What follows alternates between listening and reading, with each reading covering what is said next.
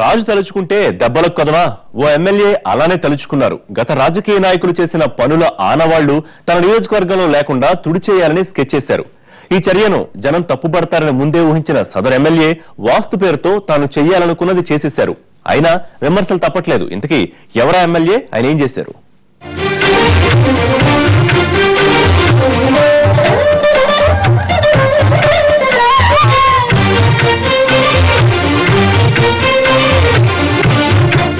తూర్పుగోదావరి జిల్లా పిఠాపురంలోని పాదగయ ఆలయం ఇది. భక్తుల సౌకర్యార్థం ఇక్కడ దాతల సాయంలో కోట్ల రూపాయలు ఖర్చు చేసి వసతి గృహాలు నిర్మించారు. గతంలో ఎమ్మెల్యేగా ఉన్న వంగా గీత ఈ భవనాన్ని ప్రారంభించారు. ఇప్పుడిప్పుడే అభివృద్ధి చెందుతున్న ఆలయానికి వసతి గృహాల్ని నిర్మించడాన్ని భక్తులు స్వాగతించారు. ఆలయ దర్శనానికి వచ్చే భక్తులకు ఈ వసతి గృహాలు ఎంతో సౌకర్యంగా ఉన్నాయి. ఇంత బాగా నిర్మించిన వసతి గృహాల్ని ఉన్నట్లుండి కూల్చేయడం ఇప్పుడు వివాదాస్పదమైంది.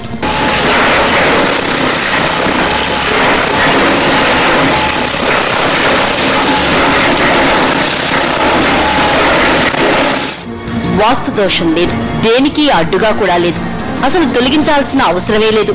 అందులో ఏటా లక్షల ఆదాయం వస్తోంది. ఇలా కోట్ల రూపాయలు పెట్టి కట్టిన భవనాల్ని కూల్చేయడం స్థానికంగా చర్చనీయాంశమైంది. కారణం ఏంటని ఆరా తీస్తే భవన శిలాఫలకాలపై ఉన్న పేర్లు మార్చుకోవడానికే స్థానిక ఎమ్మెల్యే ఇదంతా చేశారన్న ప్రచారం జరుగుతోంది. ఈ భవనాన్ని ప్రారంభించిన అప్పటి ఎమ్మెల్యే వంగా గీత పేరుతో పాటు మరికొందరు నేతల పేర్లు శిలాఫలకంపై ఉన్నాయి. ఈ పేర్లను ఎలాగైనా చెరిపేయాలన్న ఆలోచనతోనే స్థానిక ఎమ్మెల్యే ఈ పని చేశారన్న ప్రచారం జరుగుతోంది.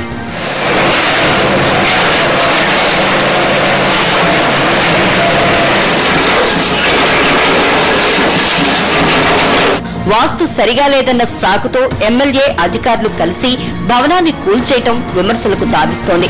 ఎంతో కాలం నుంచి ఉన్న ఈ భవనానికి అప్పటి నుంచి లేని వాస్తు దోషం కొత్తగా ఇప్పుడెక్కడి నుంచి వచ్చింది అని చర్చించుకుంటున్నారు స్థానికులు.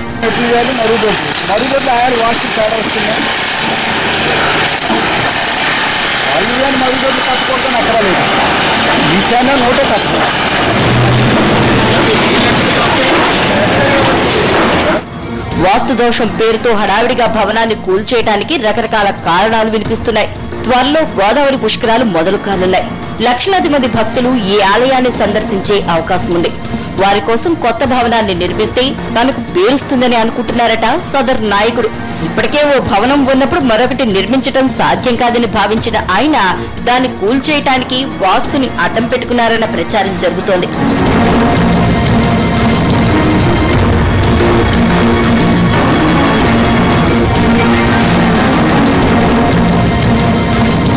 ఇప్పుడు పుష్కరాల నిధులతో మరో భవనాన్ని నిర్మిస్తామంటున్నారు. కొత్త భవనాన్ని నిర్మించే ఆలోచనే ఉంటే వాస్తు ప్రకారం లేదంటున్న సరస్వతి మండపాన్ని కూల్చి మరో చోట కట్టాల్సిందేనని, అంతేకాని వసతి గృహాల్ని కూల్చడమేంటని స్థానికులు గుర్రుగా ఉన్నారు. అన్నీ తెలిసిన ఆలయాధికారులు సైతం ప్రజాప్రతినిధులకే వంతపాడారన్న ప్రచారం జరుగుతోంది. ఉన్నది కూల్చేసి ఆలయానికి వచ్చే భక్తులకు వసతి ఎలా కల్పిస్తారంటే అధికారుల నుంచి సమాధానం లేదు.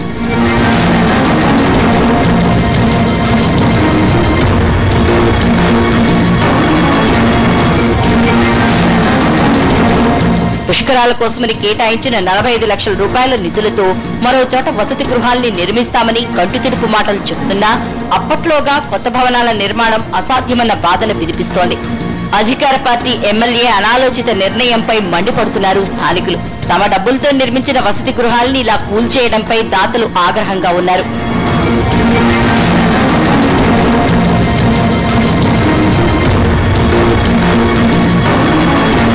రాజకీయంగా ఏదైనా ఉంటే వాళ్లలో వాళ్ళు చూసుకోవాలి, కానీ శిలాఫలకాలపై పేరు కోసం భవనాల్ని కూల్చేస్తారా అని నిలదీస్తున్నారు. ఇలా అన్ని వైపుల నుంచి విమర్శలు వస్తుండటంతో సదరు ఎమ్మెల్యే డిఫెన్స్ లో పడ్డారని తెలుస్తోంది.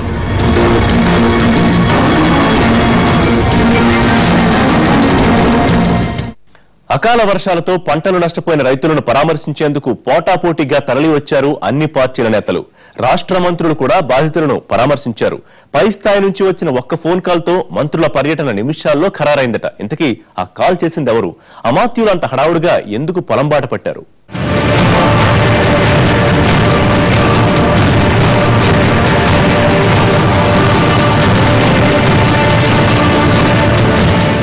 ఐదు రోజుల పాటు కురిసిన అకాల వర్షాలు కరీంనగర్ జిల్లాలో బీభత్సం సృష్టించాయి.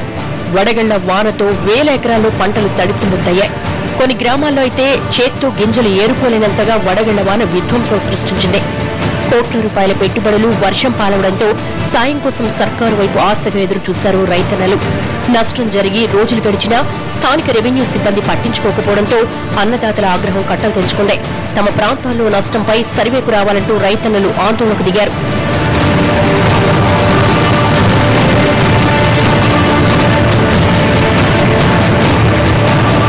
కరీంనగర్ జిల్లాలో అన్నదాతలను పరామర్శించేందుకు కేంద్ర మంత్రి బండారు దత్తాత్రేయ వచ్చారు. ఒక్కసారిగా కేంద్ర మంత్రి రంగంలోకి దిగడంతో జిల్లాలో పరిస్థితి మారిపోయింది. కేంద్ర మంత్రి దత్తన్న జిల్లా రైతులను ముందుగా పరామర్శిస్తే తమకు మైనస్ అవుతుందని అనుకుంటున్నారు తెలంగాణ మంత్రులు. టీఆర్ఎస్ పార్టీ జిల్లా అధ్యక్ష ఎన్నికల కోసం వచ్చిన మంత్రులు హరీష్ రావు, కేటీఆర్, ఈటెలను అందుబాటులో ఉన్న ఎమ్మెల్యేలను వెంటేసుకుని పొలంబాట పట్టారు.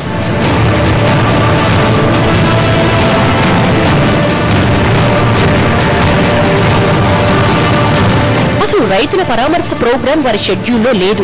చివరి నిమిషంలో ఖరారైంది. దీంతో అధికారులు, క్షేత్రస్థాయి ప్రజాప్రతినిధులు పరుగోమంటూ పంట నష్టం జరిగిన ప్రాంతాలకు క్యూ కట్టారు. నష్టపోయిన రైతుల పరామర్శల కోసం రాష్ట్ర మంత్రుల పర్యటన చివరి నిమిషంలో ఖరారవడానికి ముఖ్యమంత్రి కేసీఆర్ ఆదేశాలు కారణమని తెలుస్తోంది. ముందుగా అనుకున్నట్టే కేంద్ర మంత్రి దత్తాత్రేయ కరీంనగర్కు వచ్చి అధికారులతో పంట నష్టంపై సమీక్ష నిర్వహించారు. అనంతరం జగిత్యాల డివిజన్లోని గ్రామాలకు వెళ్లి రైతులను పరామర్శించే ప్రోగ్రాం పెట్టుకున్నారు. ఇదంతా సీఎం కేసీఆర్ చెవిన పడడంతో వెంటనే రంగంలోకి దిగాలని మంత్రులను పురమాయించినట్లు సమాచారం.